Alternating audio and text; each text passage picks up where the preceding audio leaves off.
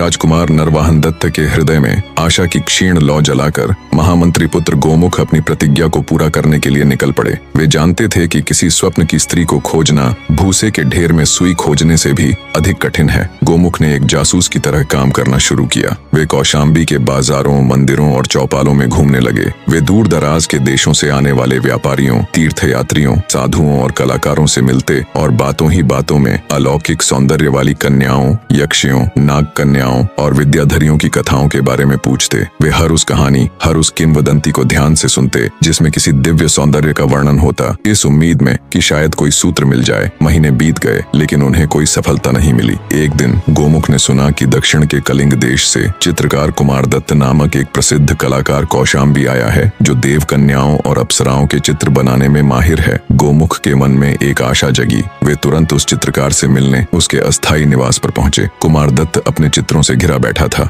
गोमुख ने उसके चित्रों को देखा और उसकी कला की प्रशंसा की। फिर उन्होंने अपनी बात छेड़ी। गोमुख ने कहा, हे श्रेष्ठ कलाकार, मैंने सुना है कि आपने अपनी कला यात्रा में अनेक अद्भुत प्रदेशों का भ्रमण किया है। क्या आपने कभी किसी ऐसी दिव्य कन्या को देखा है जिसका सौंदर्य इस संसार का न लगे, जिसका रूप स्वर्ण की तरह दमकता हो और आंखों में ब्रह्मांड की करुणा हो? गोमुख ने राजकुमार द्वारा बताए गए हर एक विवरण को उस चित्रकार के सामने रख दिया, जैसे वह स्वयं उस स्वप्न सुंदरी को देख कर आए हों। जैसे जैसे गोमुख वर्णन करते गए, चित्रकार कुमार दत्त के चेहरे का रंग बदलता गया। उसकी आंखों में आश्चर्य और भय का एक मिला जुला भाव तैर गया। वर्णन समाप्त होते ही चित्रकार अपनी जगह से उठा। उसने अपनी संदूकची खोली और उसमें से एक चित्र निकालकर गोमुख के सामने रख दिया। दोनों चित्र एक समान थी। उस चित्र को देखते ही गोमुख की सांसें थम गईं। वह हूबहू वही चेहरा था, वही दिव्य आंखें, वही स्वर्णिम आभा, वही अलौकिक मुस्कान। यह राजकुमार के स्वप्न का जीता जागता प्रमाण था। गोमुख ने कांपते हुए हाथों से चित्र को उठाया और पूछा, यह कौन है? क्या यह सच में अस्तित्व में है? चित्रकार ने एक गहरी सांस ली और बोला, हाँ मंत्री पुत्र, यह कोई कल्पना नहीं है। यह हिमालय की दक्षिणी श्रृंखला पर स्थित विद्याधरों के महान राजा कलिंगसेन की पुत्री राजकुमारी मदन मंचुका है।